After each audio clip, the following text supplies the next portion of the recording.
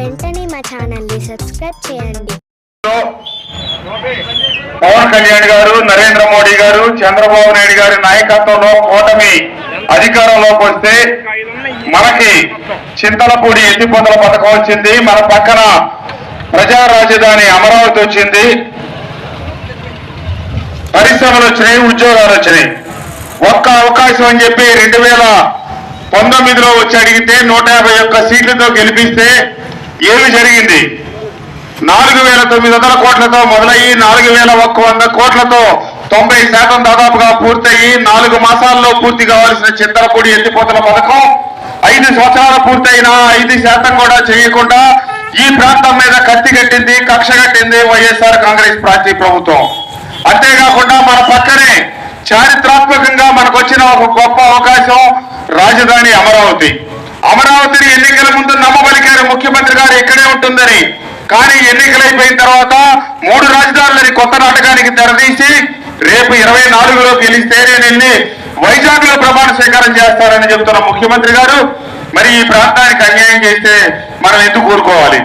అంతేకాదు ప్రజలకి ప్రభుత్వానికి వారధులు శాసనసభ్యులు.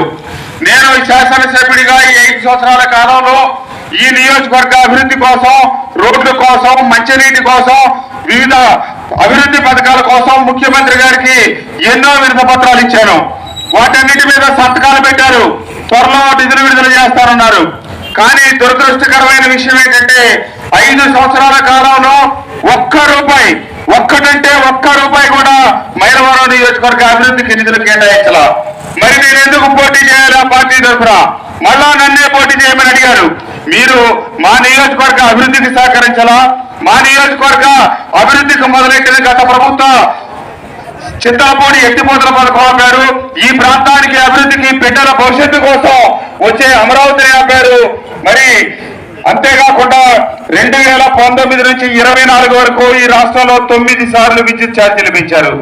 దీనివల్ల మన రాష్ట్రంలో ఉన్న పరిశ్రమలన్నీ మూతపడే పరిస్థితి, కొత్త పరిశ్రమలు వచ్చే పరిస్థితి లేదు. చదువుకున్న బిడ్డలు లేని ఇల్లే లేదు. మరి చదువుకున్న బిడ్డలందరికీ ఉద్యోగాలు ఎక్కడి నుంచి వస్తాయి? ఈ ముఖ్యమంత్రి గారు కేవలం మేట నొక్కితే ఓట్లు పడితే చాలనుకుంటా ఉన్నారు తప్పితే, అవ్వాతాతలకు పెన్షన్లు ఇస్తే చాలనుకుంటున్నారు తప్పితే వారి బిడ్డల భవిష్యత్తు గురించి ఆలోచించట్లా. గత 2014 నుంచి 19 దాకా ప్రభుత్వం అభివృద్ధి సంక్షేమం కలిపి చేసింది.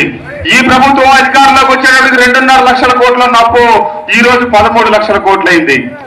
అభివృద్ధి చేసి ఆదాయాన్ని పెంచి తద్వారా సంక్షేమం కాకుండా కేవలం అప్పుల మీద ఆధారపడి ఈ రాష్ట్రాన్ని ఆర్థికంగా దివాలా తీర్చారు. తప్పకుండా మీ అందరూ మళ్ళీ ఆలోచించండి. మన ప్రాంతానికి అన్యాయం చేసిన ఈ జగన్మోహన్ రెడ్డి గారి వైఎస్ఆర్ పార్టీని సాగనంపాలని, అభివృద్ధి సంక్షేమం